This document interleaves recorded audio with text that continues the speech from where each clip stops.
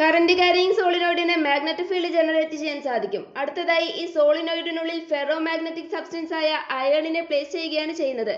ഒരു മെറ്റീരിയലിനുള്ളിലുള്ള magnetic field എന്ന് പറയുന്നത് റിലേറ്റീവ് പെർമിയബിലിറ്റി ടൈംസ് എക്സ്റ്റേണൽ ഫീൽഡിന് ഈക്വൽ ആയിരിക്കും.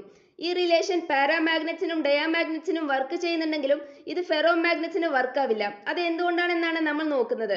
അതിനായി ഹിസ്റ്ററിസിസ് ഗ്രാഫാണ് നമ്മൾ പഠിക്കാൻ പോകുന്നത്. ഫെറോ മാഗ്നറ്റിക് സബ്സ്റ്റൻസിന്റെ ഇൻസൈഡിലെ മാഗ്നറ്റിക് ഫീൽഡും എക്സ്റ്റേണൽ മാഗ്നറ്റിക് ഫീൽഡും തമ്മിലുള്ള റിലേഷൻഷിപ്പ് കാണിക്കുന്ന ഗ്രാഫാണ് ഹിസ്റ്ററിസിസ് ഗ്രാഫ്. സോളിനോയിഡിലൂടെയുള്ള കറന്റ് കൂട്ടിയോ അല്ലെങ്കിൽ കുറച്ചോ അതുമല്ലെങ്കിൽ ബാറ്ററിയെ റിവേഴ്സ് ചെയ്തോ ഇവിടെ എക്സ് ആക്സിസിൽ മാർക്ക് ചെയ്തിട്ടുള്ള എക്സ്റ്റേണൽ മാഗ്നറ്റിക് ഫീൽഡിൽ വരുത്തുന്ന ചേഞ്ച് എങ്ങനെയാണ് മെറ്റീരിയലിനുള്ളിലെ മാഗ്നറ്റിക് ഫീൽഡിന് ചേഞ്ച് വരുത്തുന്നത് എന്നാണ് നമ്മൾ നോക്കാൻ പോകുന്നത്.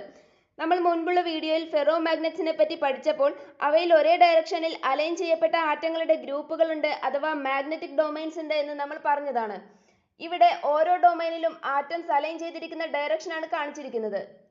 സോളിനോയിഡിൽ കറന്റ് ഇല്ലാത്ത സാഹചര്യത്തിൽ നമ്മൾ 0 എന്ന പോയിന്റിലാണ്. എന്നാൽ കറന്റ് കൂട്ടി എക്സ്റ്റേണൽ മാഗ്നറ്റിക് ഫീൽഡ് ചേഞ്ച് ചെയ്യുന്നതിനനുസരിച്ച് മെറ്റീരിയലിനുള്ളിലുള്ള ബില്യൺസ് ഓഫ് ഡൊമൈൻസ് എക്സ്റ്റേണൽ ഫീൽഡിന്റെ ഡയറക്ഷനിലേക്ക് അലൈൻ ചെയ്യപ്പെടുന്നത് വഴി ഫെറോ മാഗ്നറ്റിക് സബ്സ്റ്റൻസിന്റെ ഉള്ളിലുള്ള മാഗ്നറ്റിക് ഫീൽഡ് ഇൻക്രീസ് ചെയ്യപ്പെടുന്നു. എന്നാൽ എല്ലാ ഡൊമൈൻസും അലൈൻ ചെയ്യപ്പെട്ട സാഹചര്യത്തിൽ വീണ്ടും എക്സ്റ്റേണൽ ഫീൽഡ് കൂട്ടുന്നത് ഇന്റേണൽ ഫീൽഡ് കൂട്ടാൻ കാരണമാവില്ല.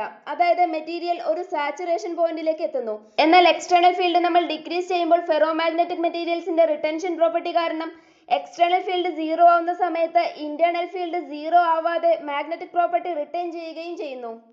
എന്നാൽ ബാറ്ററിയെ ഫ്ലിപ്പ് ചെയ്ത് എക്സ്റ്റേണൽ ഫീൽഡിന്റെ ഡയറക്ഷൻ റിവേഴ്സ് ചെയ്യുന്നതിലൂടെ മെറ്റീരിയലിലുള്ള മാഗ്നറ്റിക് ഫീൽഡ് കുറച്ച് 0യിലേക്ക് എത്തിക്കാൻ നമുക്ക് സാധിക്കുന്നു. അതായത് മെറ്റീരിയൽ ഡീമാഗ്നറ്റൈസ് ചെയ്യപ്പെടുന്നു. വീണ്ടും എക്സ്റ്റേണൽ മാഗ്നറ്റിക് ഫീൽഡ് ലെഫ്റ്റ് ഡയറക്ഷനിൽ ഇൻക്രീസ് ചെയ്യുമ്പോൾ മെറ്റീരിയൽ ഓപ്പോസിറ്റ് ഡയറക്ഷനിൽ മാഗ്നറ്റൈസ് ചെയ്യപ്പെടുകയും എന്നാൽ ഫീൽഡ് ഡിക്രീസ് ചെയ്യുമ്പോൾ മെറ്റീരിയൽ മാഗ്നറ്റിക് ഫീൽഡ് റിട്ടേൺ ചെയ്യുകയും ശേഷം എക്സ്റ്റേണൽ ഫീൽഡ് ഓപ്പോസിറ്റ് ഡയറക്ഷനിലേക്ക് ഇൻക്രീസ് ചെയ്യുമ്പോൾ മെറ്റീരിയൽ ഡീമാഗ്നറ്റൈസ് ചെയ്യപ്പെടുകയും എക്സ്റ്റേണൽ ഫീൽഡ് സെയിം ഡയറക്ഷനിൽ വീണ്ടും കൂട്ടുമ്പോൾ മെറ്റീരിയൽ വീണ്ടും മാഗ്നറ്റൈസ് ചെയ്യപ്പെടുകയും ചെയ്യുന്നത് വഴി നമുക്ക് ഇങ്ങനെയൊരു ഗ്രാഫ് ലഭിക്കുന്നു. ഇവിടെ എക്സ്റ്റേണൽ ഫീൽഡ് കുറച്ച് 0 ആക്കുന്നതിനനുസരിച്ച് ഇന്റേണൽ ഫീൽഡ് 0 ആവുന്നില്ല. അതായത് ഇന്റേണൽ ഫീൽഡ് എക്സ്റ്റേണൽ ഫീൽഡിനെ ലാഗ് ചെയ്യുകയാണ് ചെയ്യുന്നത്. ആയതിനാലാണ് ലാഗിംഗ് ബിഹൈൻഡ് എന്ന അർത്ഥം വരുന്ന ഹിസ്റ്ററിസിസ് എന്ന ഈ ലൂപ്പിനെ വിളിക്കുന്നത്. ഒരു പെർട്ടിക്കുലർ എക്സ്റ്റേണൽ ഫീൽഡ് നമ്മൾ കൺസിഡർ ചെയ്യുമ്പോൾ അതിന് കറസ്പോണ്ടിങ് ആയി 2 different internal magnetic field value നമുക്ക് കാണാൻ സാധിക്കുന്നുണ്ട്. അതായത് ഇത് കാണിക്കുന്നത് ഫെറോ മാഗ്നറ്റിക് മെറ്റീരിയലിനുള്ളിലെ മാഗ്നറ്റിക് ഫീൽഡ് എക്സ്റ്റേണൽ ഫീൽഡിനെ മാത്രമല്ല മെറ്റീരിയലിന്റെ മാഗ്നറ്റൈസേഷന്റെ ഹിസ്റ്ററിയെ കൂടി ഡിപ്പെൻഡ് ചെയ്യുന്നു എന്നാണ്.